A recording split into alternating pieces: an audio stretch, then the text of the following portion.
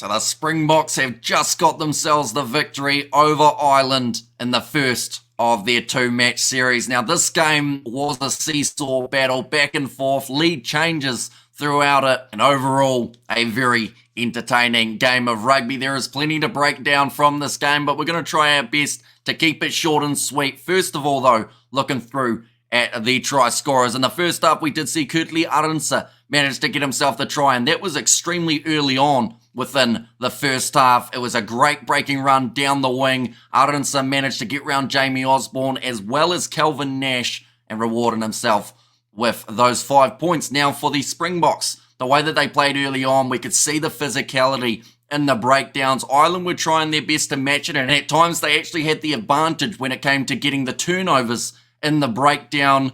A lot of the time when Ireland managed to get turnovers, they were getting that ball clean and then creating the counter-attack, whereas South Africa, most of the time, it was they'd lock over the ball and then they would win that penalty, which surprisingly didn't go as smoothly as we did anticipate off the kicking tee. Handré Pollard, his kicking accuracy throughout this game was really strange. We haven't seen that man for a very long time kick at only 57%. He missed 3 kicks in a row, which I think everyone was shocked in attendance. There was almost a stunned silence after he did miss that first one. But for the Irish, they were able to score in the first half as well. It was a nice flicking pass round the back from Dan Sheehan to James Lowe, got the ball back infield, and Jamie Osborne on debut was able to get himself the try. So at halftime in this contest, 13 points for the South Africans, 8 for the Irish. The exact score at full time from the meeting and at the Rugby World Cup. But of course, that one was in favour of the Irish. Throughout this game, it did seem like Ireland were always having to chase rather than to set. South Africa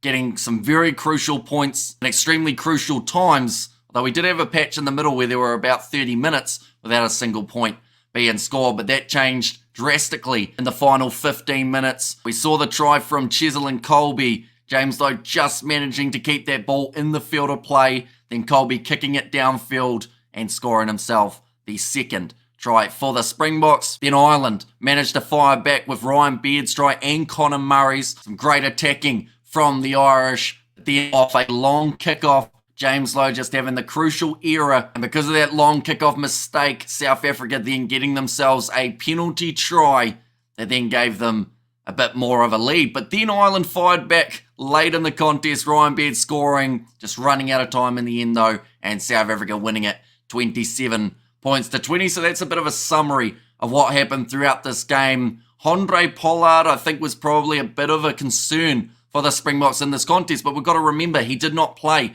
up against Wales in the game that happened the other week. So this was his first experience in a Springbok kit, and I think that was something that hurt the Irish throughout the first 40 minutes. They did seem a bit rusty last time they played was in the Six Nations competition, whereas South Africa, they had that warm-up game up against the Welsh, so they had their rust period. They got a lot better throughout the second half up against Wales. I think both of these sides started getting much better throughout the second 40 minutes as well. But what a game for the first match. If only it was a 3-match series. Only 7 points splitting these two teams, and I believe next week we are going to see a similar scoreline. This one played at Loftus with the altitude. I wouldn't say either of these sides really did slow down though. I think the player who looked like he was feeling the altitude the most was probably Bundy Archie. For the Irish, he may have been the player that I said didn't quite have the performance that people were after. But we are going to see a change at 9 for the Irish next week when Craig Casey is not available due to a head knock. But overall tackles made, we saw 143 attempted by the Irish. They missed 21 in the end, so managing to make 85% of their tackles, whereas South Africa, they made 119 of their 139 with a tackle completion of 86%.